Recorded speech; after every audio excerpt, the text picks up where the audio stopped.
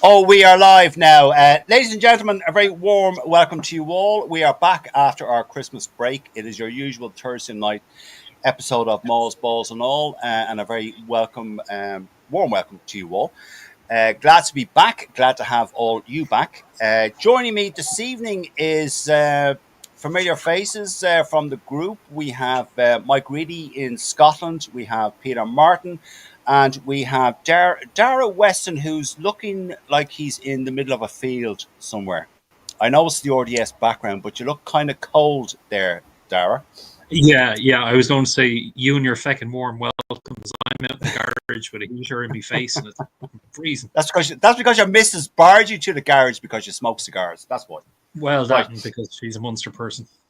Oh, okay, fair enough. And also our special guest joining us this evening is a man who you all know, you were all aware of. He started. Now I'm just going to start from the start. He started in UCC and also played for Blackrock, but his professional career started in Saracens, where he played 67 times for Saracens. He then left Saracens and in 2001 came to Leinster, where he played 24 times for Leinster. In his stint with Leinster, he then played 46 times for Ireland. But he also, the creme de la creme, ladies and gentlemen, in 1997, for the British and Irish Lions, he played 3 times of their tour of South Africa. And after said tour, the gentleman, Martin Johnson, called him the player of the series. Mr. Paul Wallace, how the hell are you? And you are very welcome. Are you well in yourself? I am, Peter. Thank you. Thanks for having me. Nice to be having a chat. Well, good to have you. My mother couldn't have done better. Did I get all that right? What was Wikipedia? Yeah, pretty much. Yeah, I couldn't tell you about some of the cap numbers for clubs and that, but yeah, bit of crossover there as well. There was a bit, yes. You were 1996 to kind of 2000, 2001 with Saracens, and you left and you came to Leinster in 2001. That's right. Yeah. Sort of when Munster, Leinster, Saracens, back to Leinster. That was yeah. Oh, yeah. All right. Yeah, okay. Clubs, yeah. And in fact, overlapped for a season where I played English club with Saracens and Europe with Leinster in 96, 97. So that's one for you to work out. The English clubs weren't in Europe, so part of our contract was we could play with our provinces. I see. Right. Okay. I was not aware of that. I think there's a lot of the Irish players were doing the same. Yeah. All right. Okay. Great excuse to get home. There you go. This is it. Any excuse to get home. Sorry. Go on, Mike. Yeah. Is it not a fact that you and your 2 brothers are the only triple brothers to ever play for the Lions? Is that correct?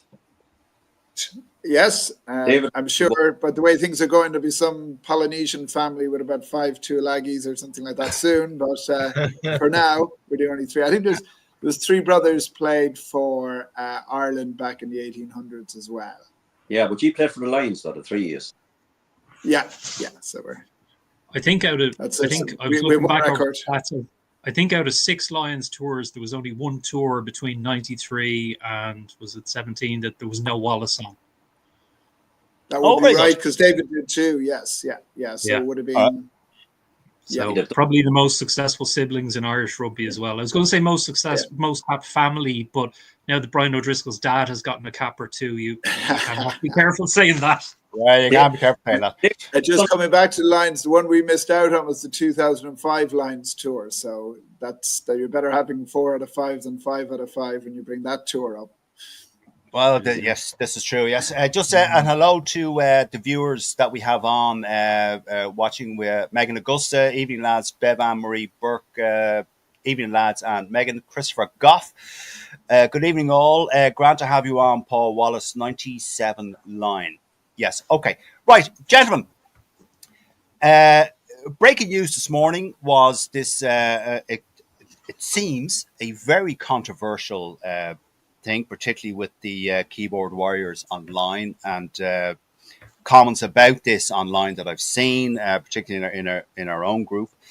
The Mac Hansen chastisement, the ban that he received for speaking his mind after the Leinster game. A lot of people are not happy about this. And if I gauge it from the comments that Paul, I'll come to you first on this, gauging on what people have said about it, I'd say 85-90% of people totally disagree with it. And they said, well, why is he being punished for speaking his mind about something that was obviously it wasn't done correctly? Now, I can see both sides to this. I can see Mac's frustration after the game. It was quite obvious. But I can also see there's a time and a place and a platform to air your grievances about such matters. And maybe, not maybe, a press conference is not the place to do it. Paul, your thoughts on this? I'm sorry, Paul, before I let you answer, I just saw that Joe Marler has come into the argument and he tweeted, he reposted Murray Kinsella's post about this, and Joe Marler, I'll quote him, he just says, utter bollocks. Paul, what do you think about this? Very profound by Joe. Well, there you go. No, I think something had to be done about it, to be honest. If you start allowing this, then everyone's going to go on trying to influence referees. I've seen that Chris Busby is now retiring from refereeing. It's been the long shot. I spent a Christmas down in Mayo talking to some Connacht people down there involved in the camp, and I think they were all very expectant. It was a case of how long it was going to be out. Everyone understood you're a professional sports person. You've got a duty of care, just like you have a duty of care of someone in the air. It wasn't even during the game. It was you had time to calm down and come into the press conference. And I think Mac, he himself would be aware that that wasn't the way to do it. The way the phraseology he used, etc. I think there had to be something done. How much would I have given him 1 or 2 weeks rather than 3 weeks? Yeah, probably. But something I think had to be done. It couldn't be gone unchecked. I think everyone realised that, the outburst. Everyone was talking about it. You have referees who said, retiring, leaving. Wayne Barnes commented about it when he retired and the flack that they were getting. And there's more and more, as you say, keyboard warriors out there who are just really attacking. And Wayne Barnes, death threats, to his family. It can get really outrageous. So players have, you're a professional, you're making your living from this game. Referees are an integral part of the sport. And as players, we have to support them as well. Yes, of course, I disagree with them. I think, some things, especially, don't get me started on scrummaging with most referees that at the top level and how poorly they referee that part of the game. And I do think there are errors, and I guess you've got pundits. That's one of the areas where pundits should really be standing up as correcting where they see that referees have made errors. But for the players, there's a process of doing reports back to the referee assessors, and that's the way it should have gone. You can say you were disappointed with some of the way some of the calls went, but I think he when he finished that press conference, he'd been well aware that he'd completely overstepped the mark. Just like in any profession, if you're in an office job, there's certain things you can say, certain ways you can say them, and there's a way that you can completely overjump the mark. And just because you're a sports person, it's a profession. I think something had to be done. Yeah, would I have given 2 weeks rather than 3? Probably would have. But that's all pretty immaterial. I think people are jumping up and down. Mac knows he did something wrong. He'll be back available for Ireland, which is his main concern. I don't see why people are being so negative about this. Something had to be done. He brought it on himself. I think he'd probably admit that himself. Okay, and the some of the cynical comments, Paul, were that, of course, there was no way they were going to let Mac miss the Six Nations opener because he's a money draw. And I don't think they would have thought of that. They were as a money draw. I don't think any. I would say that they would know how important missing an international is. And the crime, how many weeks do you put in? Again, you're saying should he miss 3 weeks and an international? I'm thinking maybe 2 weeks. Then that's a big jump. A fourth week, and missing an international than the 3 week. He's done a lot for promoting the game. I love the way he plays. He's, great character on the pitch and off the pitch. Sometimes you go too far. We all make mistakes, errors in the heat of the moment, and he'll take that on board. I'd be much more concerned for Tom O'Toole, who I thought that was an outrageous 6 weeks to get what he had, which I thought was an accidental fall. And just because the player got injured, he got 6 weeks. When I saw it, I wasn't even quite sure it was a penalty. And he's a player with a very clean record, very clean player. I was shocked he got 6 weeks for that. And then you look at Latu get 3 weeks, even though he pulverized the scrum half and only got a yellow card at the time, but it should have been probably a red. Yeah, true. Okay.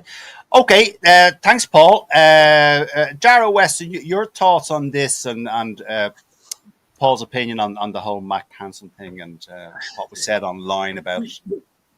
We've seen on RTE before. Mack. He's dropped the F-bomb a couple of times, accidentally and stuff. He's a fellow who, he's a young lad and he just, talks before he thinks, kind of thing. Look, we're always taught playing rugby, respect the referee, this kind of thing. It's like what soccer players do afterwards, the games where they criticize referees and stuff. So yes, he was bound to get a ban of some shape or form. What drives me mad is the inconsistency. You have your man Pacenti from Stade Francais, who basically auditioned for the WWE, pile driving Casey into the ground, and he got handed a 3-match ban reduced to 2. And Mack gets a 6-match ban reduced to 3. So, it's speaking out and criticizing referees. Yes, it is wrong. As Paul says, you are a player and you're part of the face of your team and the public face of your team. And, there's a responsibility in that when you say something to the press, you're talking on behalf of the team and to some extent your supporters as well. But certainly it makes a mockery of the system when you see player safety bans being much lower than bans for criticizing a referee. Okay. But what was it you said, Dara, there the last show or whatever it was? Someone got a 16-week ban for what? For the Specsavers comment to the referee? Oh, yeah. This was in the AIL. Somebody got 16 weeks ban for suggesting the ref go to Specsavers during the match. Yes. All right. Okay. That's which, in fairness, look, they're stomping it out. It's like there's nobody going to question that ref again. But all right. Yeah, no. Okay, before I come to you, Mike, Bev Anne-Marie, as I said earlier, was Pete's fault. He knew Mack was riled up and put him on the press conference. Actually, why was Keane Prendergast put on that? It should have been Keane on there as captain, and Pete threw Mack under the bus. I don't know about that. When Mack asked to say something, Pete laughed and said, "Yeah, go on," when he knew he was riled up. All right, Mike Reedy, I don't want to spend too much more time on this, but your thoughts on this? I agree with the lads. There's a time and a place, and Mac should know better. I know he might be young, but he's also experienced enough to know a little bit better. And lads, we try to pride ourselves in the rugby game of put ourselves on the moral high ground, and as far as behaviour is concerned and player behaviour, etc. And the fact that Busby has decided to retire, whether it's as a direct result of this, I would doubt, but he has, and the game itself is struggling to get referees and get good referees. And I know he's been slaughtered. Mr. Busby has been slaughtered on that, but is he the worst referee I've ever seen? Certainly not. Now, there were decisions during the course of that game that didn't go Connacht's way and whatever. And Mac, some of the things you had to say were perhaps right, but there's a time and a place. That wasn't the time or the place. So no. I do agree though with what Dara just said regarding the penalties being meted out for severe playing misdemeanors like the tombstone effect in against Casey. I mean, the guy gets two match ban for that. That's wrong. That sends the complete wrong message to the game of rugby. And the parents. But then, Mike. But then, sorry, Mike. Leinster gave away 15 penalties in that game. Connacht gave away 12. Yeah, listen. Listen, the referee makes a decision, and no decision is ever made with the intent that it's crooked or anything like that. They couldn't. Like, they don't. They never have done. Rugby has never, ever been like that.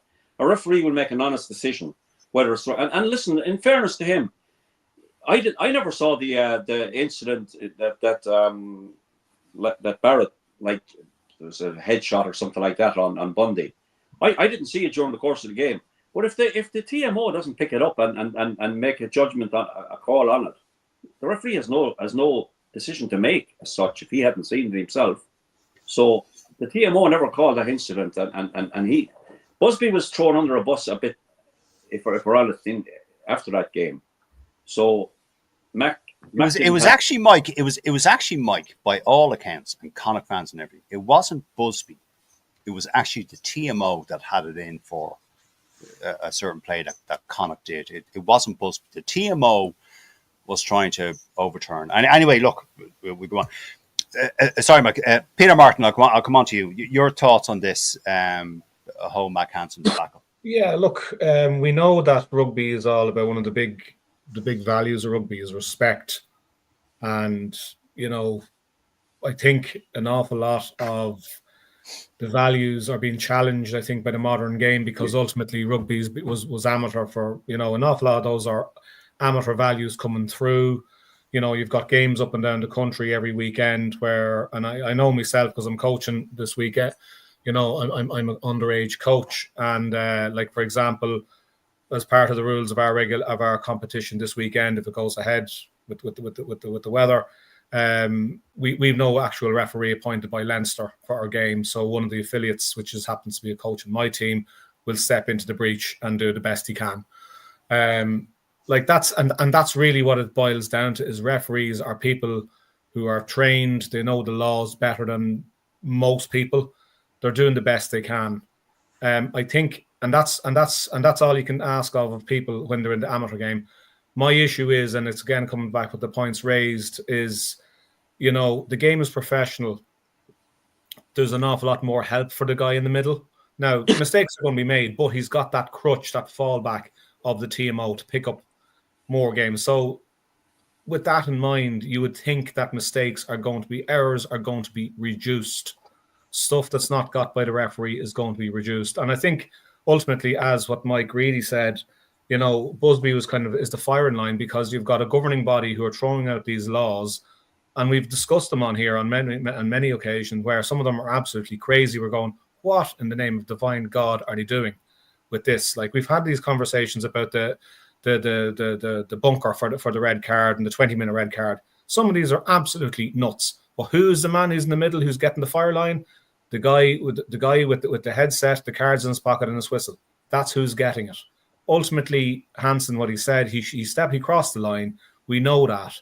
But there's, like, at the end of the day, there's a boiling frustration. He's the guy who stuck his head above the pulpit, opened his mouth, and he's getting slammed, rightly or wrongly, for it. Yeah.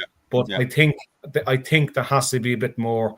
I think the game is professional as a whole. I think we're all entitled to respect. There has to be improved accountability from the refereeing side. Now, we know, and I've mentioned this in a previous conversation, that you see watch the Premier League at the weekend, and you see about a couple of referees that get assessed, and you'll hear about it, or you'll see that so and so has been demoted from the Premier League to the Championship because of whatever, and it's because, let's call a spade, he was rubbish for several weeks running.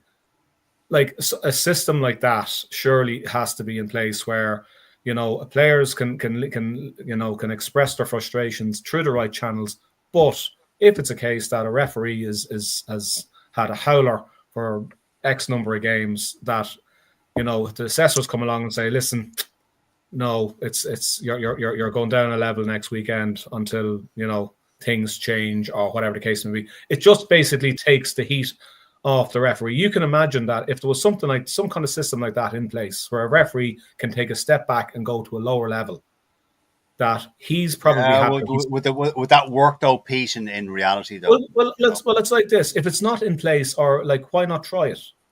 Because that way you're probably keeping a referee in the game. It's a less pressurized game. Like, you can imagine going from, we'll say, potentially I don't know, a URC game down to maybe a championship in England, it's less pressure. Yes, it's professional. Yes, it's a high level, but not as high level, not as high profile. There's going to be less people at it. The players are a lower standard. It just it loosens the screw on the valve as regards pressure and abuse and all that. It keeps people in the game. It's a way of mitigating. We're talking about mitigation in collision in rugby instances. Let's try and mitigate for referees. Let's try and help them stay within the game, because as we know, there's no game without a ref. Okay. But overall, Pete, a one-word answer. Do you agree with the sanctions that Mack Hansen got?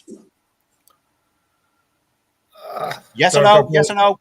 No, yes or no? No, I don't agree with them. Okay, fair enough. Okay. Paul, just to go back to what you were referencing, I just pulled up here two notable Irish rugby journalists. They are you kind of echoed what they said. We had Cian Tracy, I think he writes for the Irish Independent. He said, like what you just said, Paul, he said Mack Hansen receives the same 3-game ban as Tolu Latu got yesterday for, obviously, we're not time conscious here, for a dangerous clear out. Tom O'Toole got a 6-game ban for an arguably less serious but similar offence. Different jurisdiction, but hard to get your head around rugby's disciplinary process at times.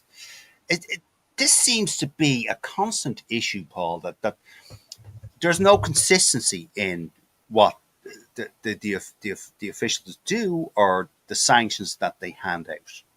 Would you agree with that, Paul? Yeah, different competitions, certainly that's the case. I think it's one thing we can be quite proud of. I think in Ireland, home countries in general, I think have generally been quite firm in taking action, more so than maybe France or the Southern Hemisphere. And it's look at it. It's a tough one to balance it all out. But you think about this dangerous play, and you think of, I have a 7-year-old son. If he's going to go and play rugby, you want to see that they're tackling all these various issues with concussion, etc., to go and play the game. So if you look at the real big picture, you're better off to be giving the bans and keeping the game pure here. That you'll have parents having their kids in rugby and feeling secure that they're not at. There's always risk in a contact sport, but in excessive risk of picking up some horrific injuries.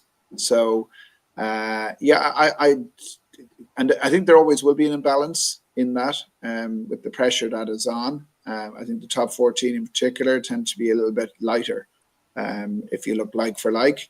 But that's different cultures, and I think I'm happy we're on the side that we are, and basically address the rules and apply them fairly well on the button.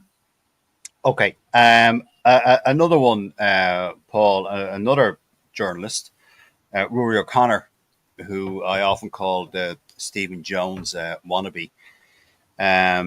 He came out and he said the message to player, obviously with Mack Hansen, he said let me just call it up here. The message to players today is clear.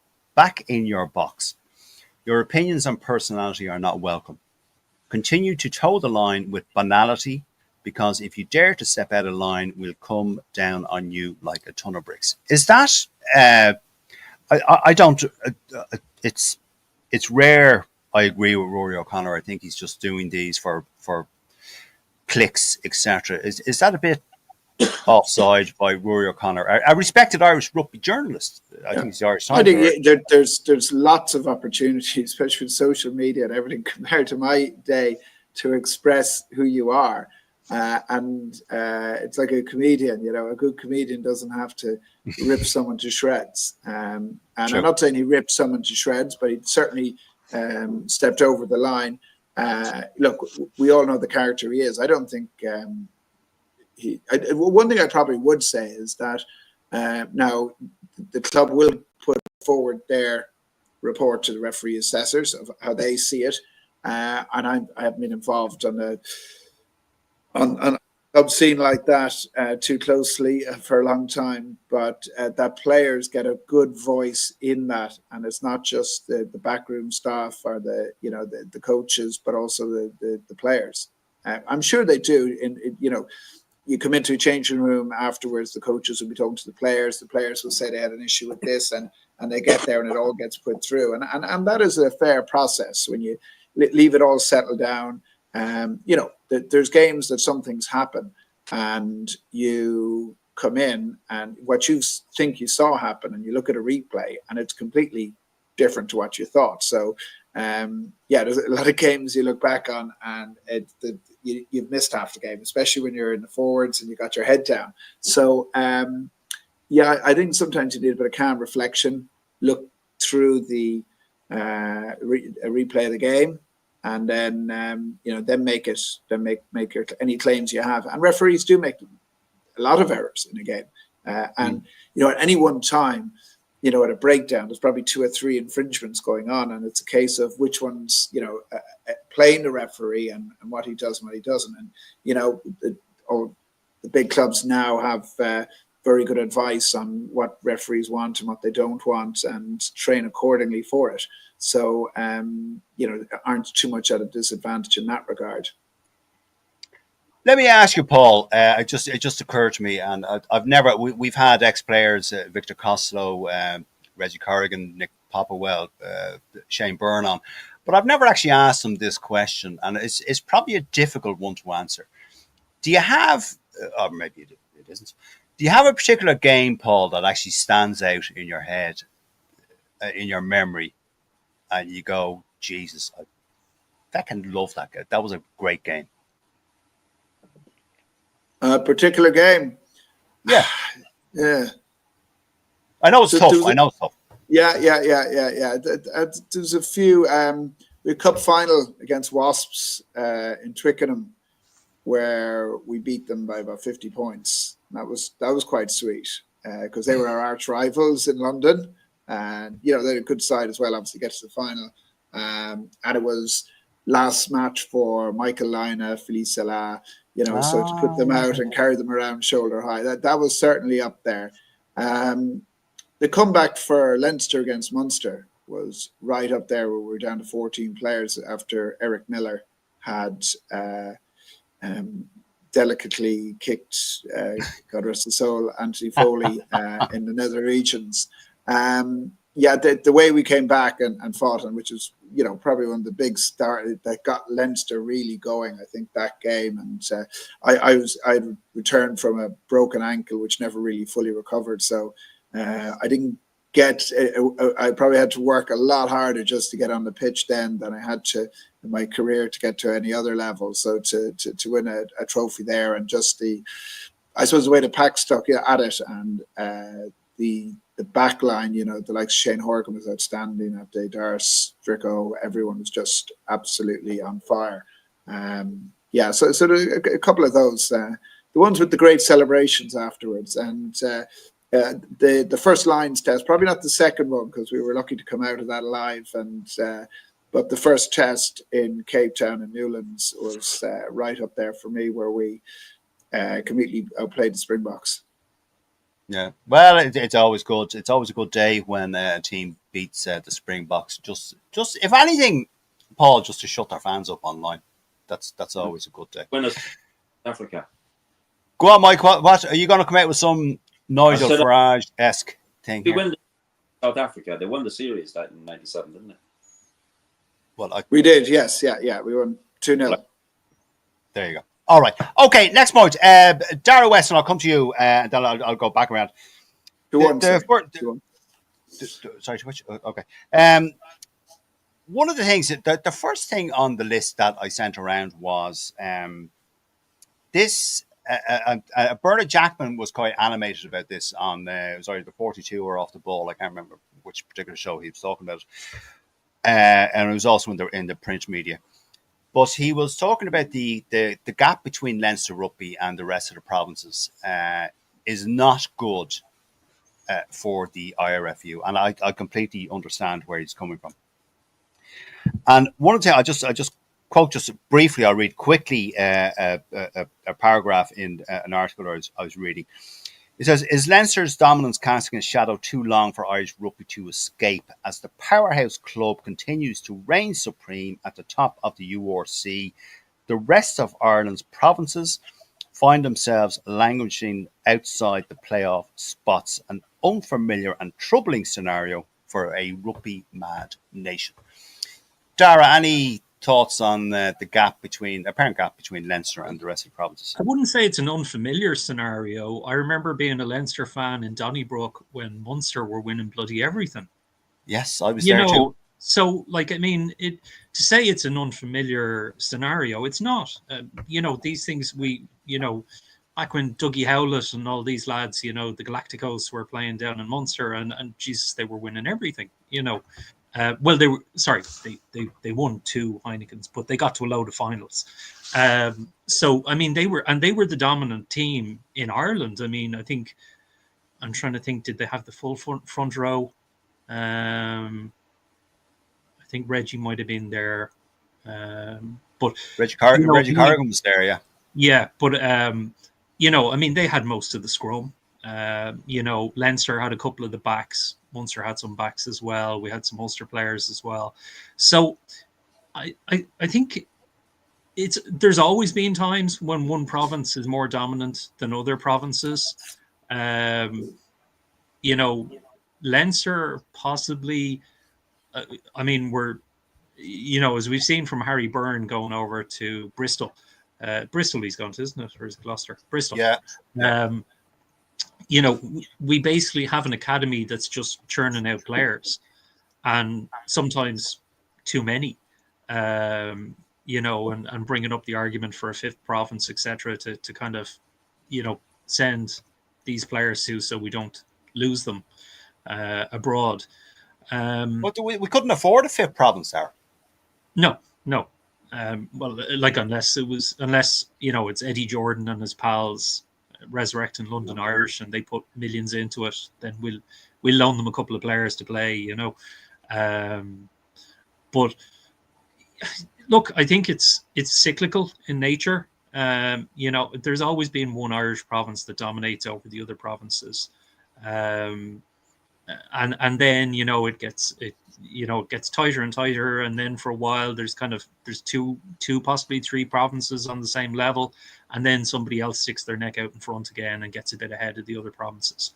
So I think it's always been that way, and it always will probably be that way. Yeah, true. Okay, Mike Grady, your thoughts on this? The apparent gulf in class between Leinster and the other 3 provinces. I think it's a bit petty in a way that the other province. I mean, I'm a Munster man, but I'm an Irish supporter first and foremost, always. But I would say it's up to the other provinces to catch up. Be it. I know most of Leinster's players come through the school system, which probably does give them an advantage, and they also have a bigger population in Leinster, and like the mainstay in Dublin. And all the colleges, like the schools with lads coming through there. But it doesn't necessarily have to be schools only. The AIL is producing decent players throughout all the provinces. And those players can find their way into the provincial system by whatever means. If they're good enough, you should be making it. It's as simple as that. Now, I don't contribute to this theory that Leinster are getting privileges from the IRFU. They're getting privileges because they're producing the players that are representing the country. So that's how it has to be. Now, the only fear I would have is that the gulf, from a provincial point of view. I mean, my rugby goes back way before the provinces were only representational sides. There was only club rugby and the national side back in the 70s, 80s. So I've never been that concerned, and I know people living in Ireland and will have concerns, about their province not doing particularly well, and the gulf is more than likely going to get wider before it reduces. Certainly, I would say anyway, because like Dara just said, it's almost a conveyor belt of talent coming through the Leinster ranks. Now, I wouldn't be in favour of any fifth province or any of that stuff, because there's nowhere there for it. There's only 180 professional rugby players in Ireland, and most of those are probably in Leinster as it goes. Yeah. But anyway, true. It might change itself around. It might. Who knows? You'll have to get success. If you can get your team to have a bit of success, then you're giving yourself a chance to get the players. But I wouldn't be in favour of any massive changes being made to Irish. So rugby. It's a wait and see, Mike. Really, for you, and see what happens. The Irish business model and the Irish rugby model is the envy of the world, if we're honest. I live in Scotland, and everybody talks about it. You know, oh God, I'd love to. We had 4 teams and we were all as successful. Listen, all 4 provinces are held in high esteem, certainly in Scotland. I shall look, Mike. Try living in Wales, as some people there. We have no idea how lucky we are in Ireland, if we're honest. No, I know. I agree. Okay, thanks, Mike. Peter Martin, your thoughts on this? The apparent gulf in class and difference between. Now, on saying that, Pete. Sorry, one sec, Pete. Leinster in the URC table, and Paul, I would look forward to your opinion on this. Leinster are 10 points ahead of Glasgow. Leinster are on 43 points in the URC table. Ulster are 8th, Munster are 11th, and Connacht are 13th. Peter Martin, your thoughts on this? Well, I suppose coming back to Dara's comments about, like, you know, how Munster were, they were, let's call a spade, they were the dominant province, I suppose, in the early noughties.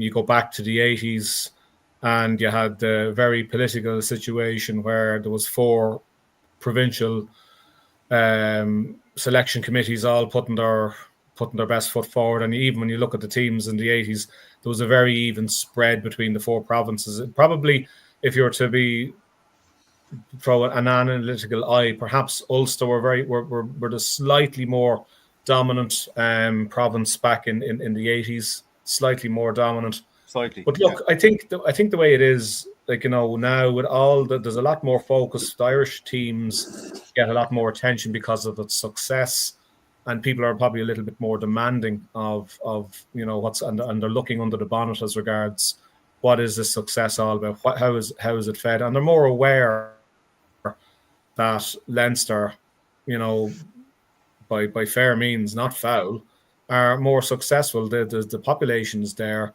More wealth is in the eastern side of the country, and they're making it work. They found a formula, and it's there's a machine there that's turning out players. Look, at the end of the day, you know, you can point at the other provinces, and they've all had different kind of issues. Like, you're looking at Connacht, we've, like, refereeing decisions and so on aside, it's a little bit of a merry-go-round, I think, really, with some of the coaching staff that's going on there. Like, nobody's kind of, like, Andy Friend stayed like a very long period of time. He normally didn't do 3 years, and he stayed very long.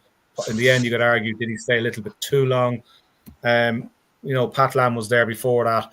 Like, there's a little bit of unsettlement, I think, in Connacht. Now, in saying that, they seem to be very good at getting their young players together. Connacht's academy is pretty damn good. They have a few players coming through, the likes of Shane Jennings and Owen the Butler and all these, a few other guys who've come through. They're purebred Connacht players. Ulster are still recovering. They're in transitional period as regards getting away from, you know, when McFarland was there and the toxic atmosphere that when he was there. Richie Murphy's going in. Mark Sexton is going up there to join him. It's getting the band get back together from the under-20s, so to speak. And there's a move there to get more younger players. Ulster have some fine young players coming through. Again, they have the schools, so they're getting their act together. I think Ulster. It's a project. Yeah. It's getting in place. Munster, on the other hand, absolute shit show. But I think that's primarily from the top down. That you know those who are driving the ship. You know, it's not the players' fault. Look, we had this, Pete, as you know. I think you're part of the show. That's where it is. So look. Just the point I'll make, I'll just finish on is you look at you've spoken about how it's cyclical. You look at New Zealand, how the Crusaders were dominating the All Blacks teams for a number of years because they were kicking ass in Super Rugby. Look at them now. you have a change around. You have some more of the Blues players coming in. The Chiefs have become a much more dominant, more, you know, there's an awful lot more leveling. There's no clearly weak teams in the New Zealand, which would have been possibly the Highlanders there for a couple of seasons. Maybe even the Hurricanes were a bit weak. Now there's an awful lot more. There's a leveling off. There's an awful lot more even spread of talent. Yeah. We're going to get there, and we're going to get there sooner or later, I think. Okay, thanks, Pete. Paul, one of the and Pete kind of touched on it there. One of the reasons given in an article I was reading about this apparent gulf in class between Leinster and the other provinces is consistency.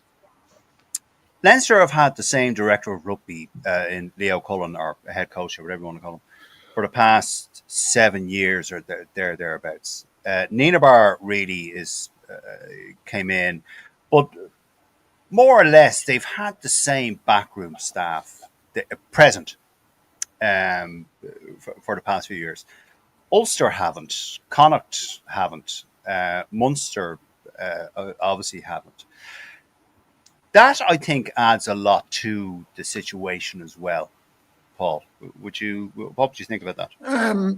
Yeah, look, I think Stu Lancaster moving out that was a big movement in Leinster. Probably a good man moving on as well. But yeah, Leo, you know, for the culture in the club, and I think he sets that standard. He's you know, been a fantastic figure. I don't think that's the issue with the coaching in Munster. In fact, I would say that Munster's game, you know, we were about 10 years waiting for Munster to develop an attacking game. They have that now over the last couple of seasons, where it's just the raw materials that they had up front, their powerful maul, their 100% line out, their hard in runners, all that sort of thing is sort of, they've lost a bit. I think that's the biggest fact there. I think they're also rebuilding, you know, the likes of Omani, Murray coming to the end of their days too. Very unlucky with injuries. You have to say that, you know, Snyman, Klein is such a big player for them as well up front.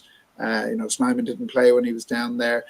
Yeah, I think if they have a full deck, fully stacked, they can start building again. But with all the injuries they've had, yeah, it's been tough for them. It's been tough.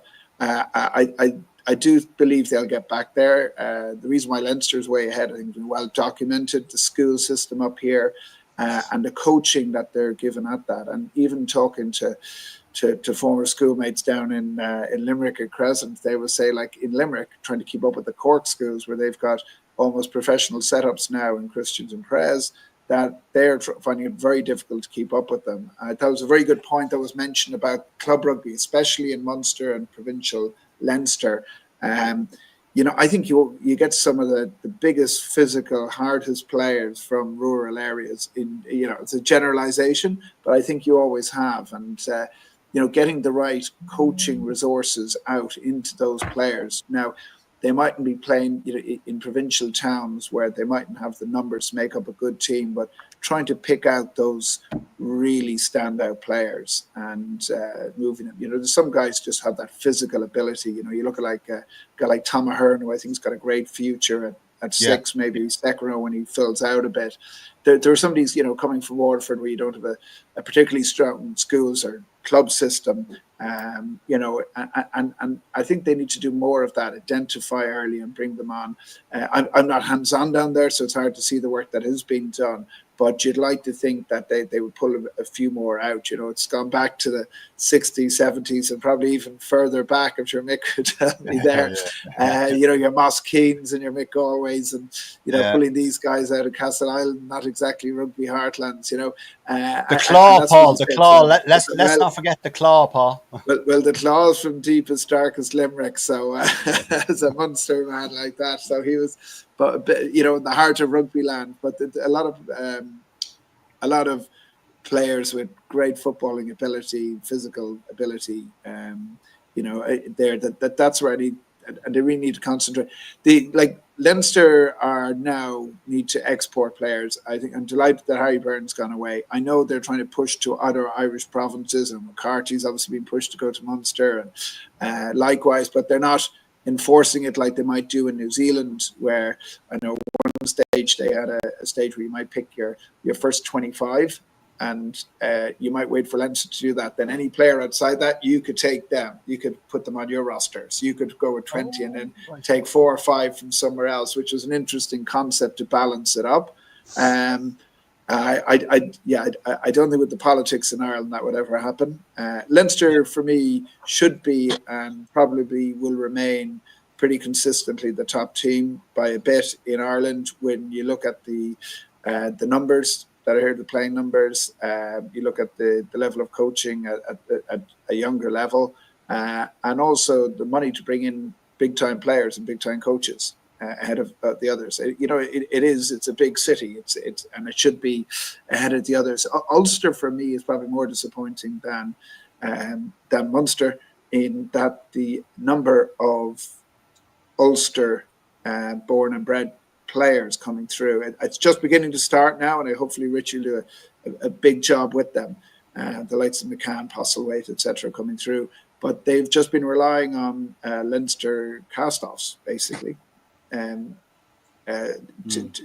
develop that, and not their own players. So I'm not sure exactly what went wrong or what has been going wrong in Ulster rugby, but the individual players coming through, when I started off playing, Ulster was the big prophets, beating Ulster. Yes. I remember going up there with Munster, losing narrowly, and the players were so upset because they, Michael Bradley and players like that had never won in their whole career near the end of his days. And, that was the big skin to get there, and they've completely fallen away. So, but thankfully, Connacht has been of all the provinces, if you look where they were 20 years ago to where they are now, they've come on so much. And you look at their positions in the league at the moment, I don't think that reflects the ability of this Connacht team and what they've moved on to. They've been very unlucky in a lot of fixtures. Consistency has always been an issue, but they're a team, as they showed against Leinster, that when they play well, they can beat any team. They obviously didn't on that day, but they have that ability to go and do that, as I think Munster will. And I think all three are beginning to turn the corner, and I think we'll have strong finishes in the second half of the season. Well, sorry, Peter, just wanted to ask Paul a question there. You were talking about Ulster players and young guys coming through, and I suppose this question is directed because you're a tight head prop yourself. What do you make of Scott Wilson coming through with Ulster? Yeah, he's a very dynamic ball carrier. He's a big guy. His scrummaging is obviously key when you're playing tight head. That can come with years. I probably haven't seen enough of him in big games. He's been an impact sub and he's done okay. But I'd still have some concerns. Personally, I think there's a lot of big guys coming through, and technically there's not a lot of tight heads out there coaching. And some of them technically probably need a bit more work. You even look at guys like Tadhg Furlong, and it took him a long time to get his technique right and get his hip height down. For big guys like that. So I think he's got the ability for sure. He's dynamic, powerful, good footballer. And I hope he comes through, because that's one position, props and loose head for that matter. Cian is still hanging in there, Cian Healy. He should have been well taken over now, but where is the depth there coming through in both prop positions? In my day, loose heads were 10 a penny, tight heads were when you were allowed wrestle and do what props are meant to do. But nowadays, it's just you have to be a certain size and weight. Wilson sort of ticks a lot of the boxes there. So hopefully he will continue to progress in that manner. Okay, just a few comments before we move on, because we've only got about 15 minutes left, max. Patrick Stewart, good evening, Patrick. I presume you're referring to Mac Hansen. Patrick says, will he even be on the pitch for the first Six Nations match? On present form, he's way off the mark. I don't know, Patrick. He's only coming back from injury, so he's only had how many games? Yeah, true, Daria. James Grennan. James Grennan, by the way, is Connacht's number one fan, so he would have loved your comments there, Paul, about... worst dad joke teller of all time. Worst dad joke teller of all time, yes. James Grennan, hi Paul. Mac was very apologetic in his statement today. He said what we were all thinking and is a hero here in Connacht Fort. Great to see you on our wee show. And it's absolutely great to have you, Paul. Patrick Stewart again. Christopher Goff, he was forced as part of his reduced ban. He did not come from himself. Okay. James Grennan. Chris Busby was not the issue in that game. It was a TMO. Yes, as I mentioned. Someone is also agreeing with Kieran. This is still going on. Kieran Ryan. Hi, Kieran. Good Munster man. Hansen was frustrated after the game. Poor by Connacht to put him in front of the cameras. Yes, I totally agree. He should have been Prendergast. Don't agree with him getting the ban for telling the truth. Time and the place, Kieran, though. We see players getting less bans for dangerous tackles recently, as was mentioned in that chat. Okay, Paul. Briefly before we move on, I just the new laws that are coming into play now this weekend. Paul, any questions on them? Any disagreements with them? I know they've been trialed. They've been in the rugby optics for a while. The line-out rule, the uncontested line. Go on. I'm a bit of a traditionalist, and I think what you're doing is you're a bit like the hookers with their striking of the ball, how that's been taken out. The props for their way of scrummaging technique has been sort of taken out, just hit and chase nowadays. There's a lot of skills that have been taken away from the game, and I think scrum half is one of those.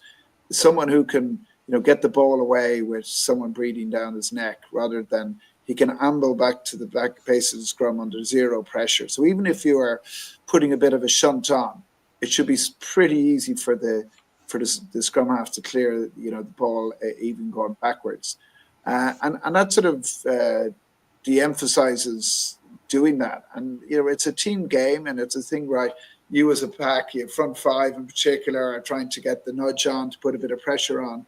The scrum half is there in the back row. We're going to get on top of them. It's an 8 people working together, and that's one of the great things about rugby, or 9 in that case. And the same at the breakdown. Are you going to get less players going into the breakdown when you can't really contest and have a go at the scrum half? Scrum halves are just going to. Do you know what? What are scrum halves going to do? It was always their main skill, getting into this heavy traffic and being able to get the ball away quickly. It's going to be a pretty functionary role of arrive past the ball. So yeah, for me, my favorite scrum halves were all the nuggety guys who could take on the battles, the physicality as well, rather than just someone who can go and distribute. So for me, I don't really quite get those. The line out, maybe there's a bit more to be said for. I think if you're going to get more challenging in the air, I always get disappointed when teams don't challenge in the air as much. So the only thing is you're probably going to get more mauling, because if teams aren't down, you're going to probably catch, and other teams are going to be competing. So it'll be interesting to see how that goes. But yeah, for me, if there's a very marginal crooked throw and the other team aren't up and you call it for a scrum, I can see why I do that. But again, it's this, and I think generally driven by the Southern Hemisphere, to just take the scrum out of the game. And the reason is they don't want crooked throw-ins, don't want the scrums afterwards. So they're trying to get rid of as many scrums as possible. What some people don't seem to realize, though, is you always need a reset time to get the best quality to rearrange. It's not sevens, you're not running, you're not playing for 10 minutes. It's an 80-minute game, and it's a high activity. And at the moment, the ball in play time is very, very high compared to whatever it was. And people will just say, you're taking it for a line out, whatever it might be. There's probably more time with the referees talking to players now than there is with anything else, or going to TMOs. You've got all this going on, whereas, the scrum is a battle of the game. Growing up as a kid, going to watch a scrum siege in a Munster Senior Cup match in Thomond Park, it was epic. A young Munster Shannon on the line, 2 point drop goal to win the game, push over tries, all that. It was, and if to a purist, that part of the game can be fantastic. You know, like when Super Rugby came around initially, and you're just looking at 10 tries one end, 12 tries the other end. I had no interest in watching it. You know, some great skills, but to be honest, when you put in a bit of physicality in defence. So I think the scrum is great when you look at, you know, the way South Africa, France, and particularly go at it.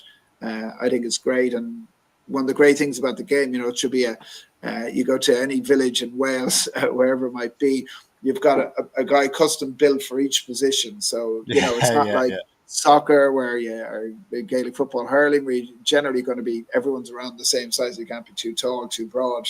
And everyone has a different skill set. So, yeah, I think we're getting closer and closer to rugby league is my fear. Yeah. Paul, just on that, just also wanted a question. You mentioned about the game is moving away from a set piece, and I would be like yourself. I played front row.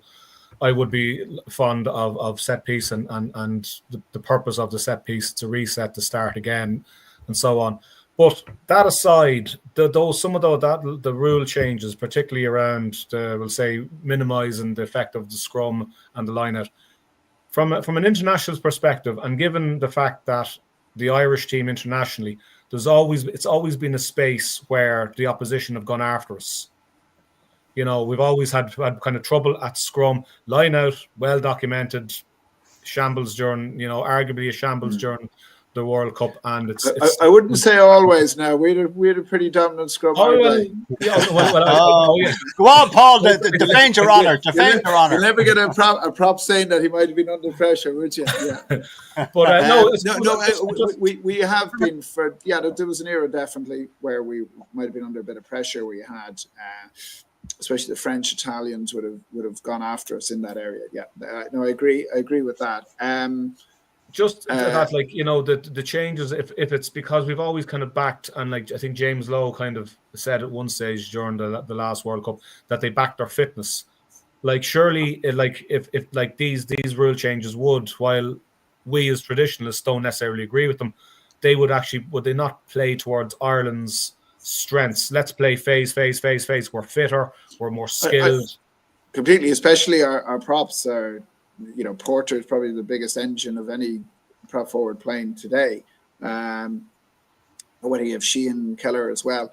And we generally, the reason teams go after their bigger teams, South Africa, France, you know, England, they generally have bigger front five players because they've got bigger populations, are genetically built bigger. Where Ireland, you know, even as big as a lot of our players are nowadays, you know, we're still quite small compared to other nations, you know, a bit smaller anyhow. So, yeah, no, I get that. But, like, yeah, for me, you know, we played the 80 minutes, you know, it was only very laterally in the end of my career that you might come off after 60. And, you'd wear guys down.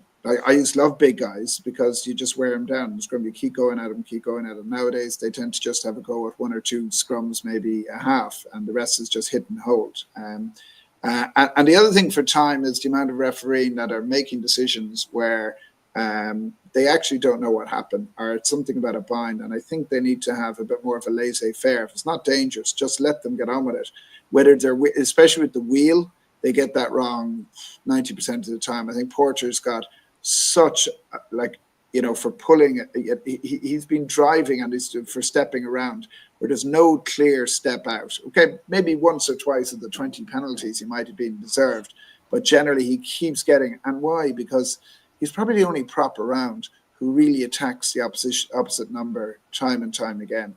And it's funny, you start, you know, space comes up. If you have tired legs in the front five, later on in the game, you're going to have a back cut and cut inside a proper second, or a hooker who's caught, you know, after 3 or 4 scrums and can barely move.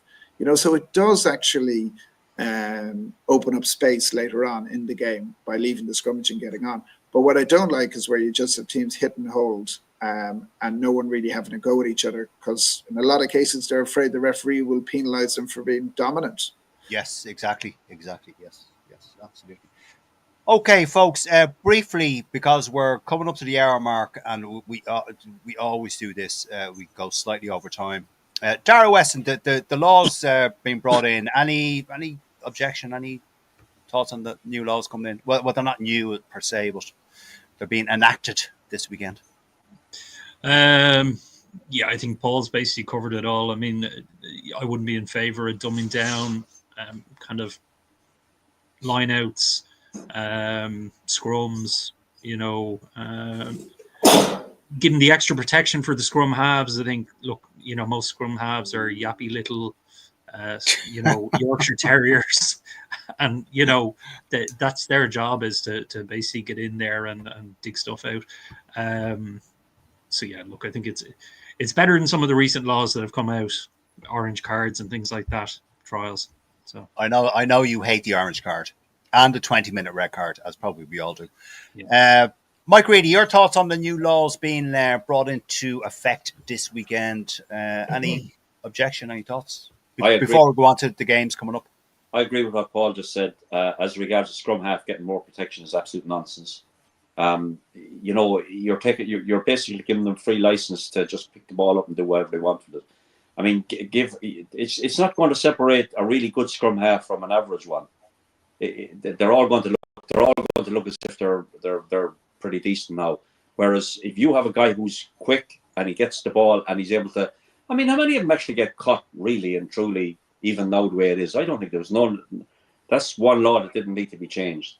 The line-out thing, I agree with what Paul said. I'm really disappointed when your team don't contest the line-out. I think every line-out has to be contested by both teams at all times. It was a basic principle of the game, and it's gone out the window. The scrum, who knows how a scrum is refereed? It's just bonkers. Yeah. I mean, if somebody's pulling down on one side, referees at the other side. The guy the tight head prop could have his elbow on the ground. The referee doesn't see it. The linesman sees it, Mike. In fairness, the linesman or TMO will see it. That's the problem. Like, it's never listen, none of us are connoisseurs. Paul obviously is. And actually, the TMOs generally, I've seen it so many times, who've come in on the far side and made the wrong call.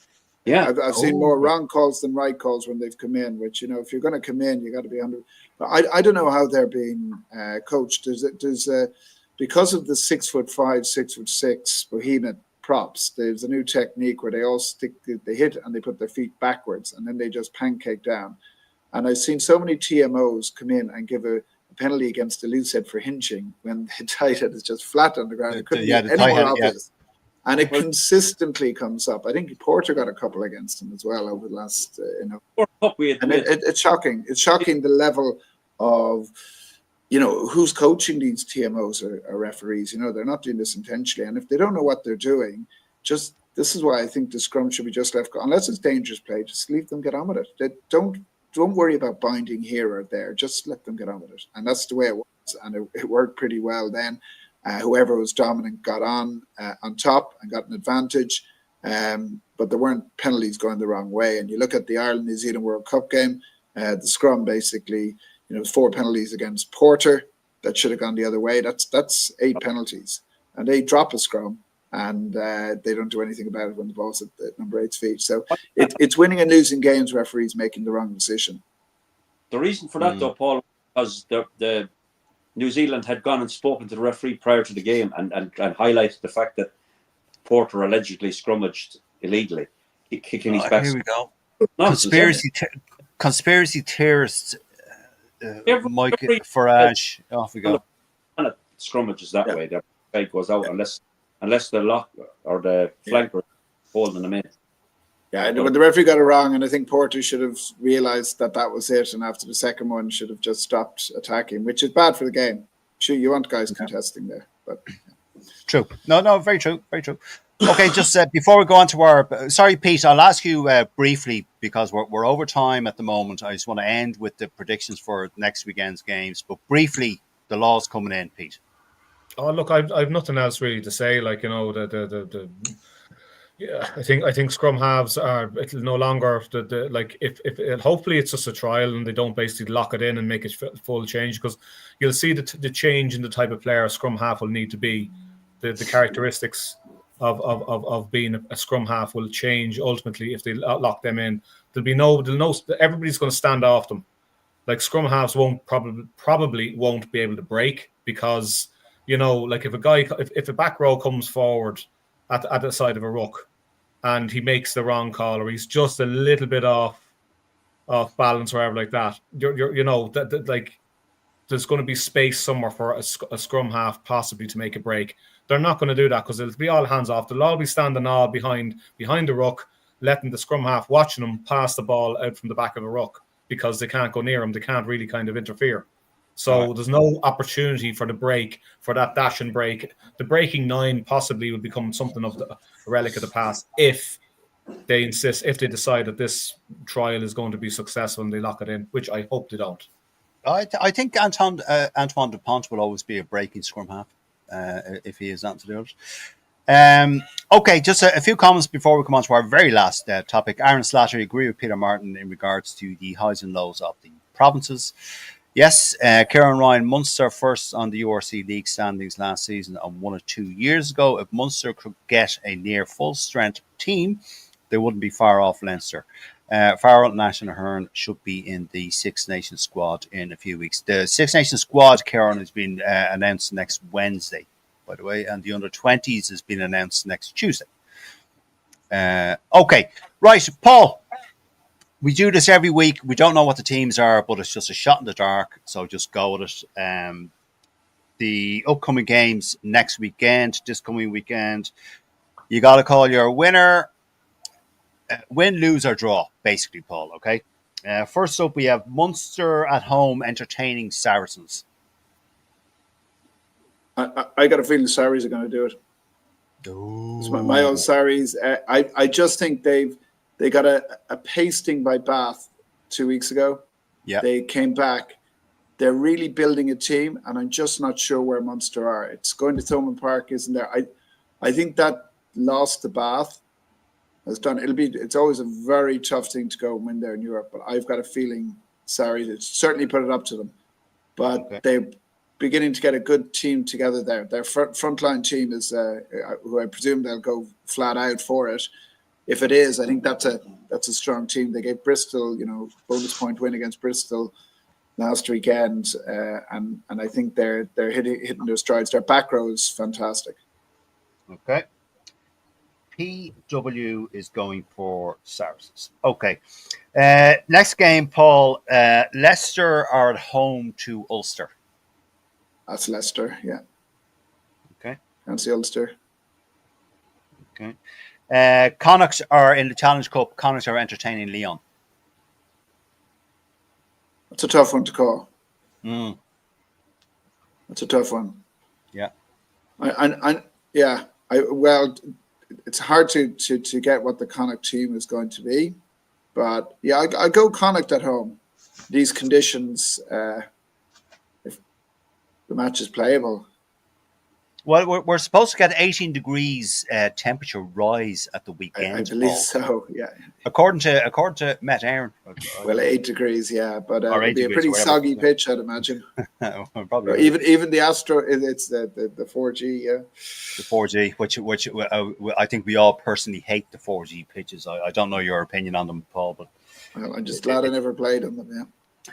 And me too. Okay, Paul, and the last one, La Rochelle are entertaining Leinster.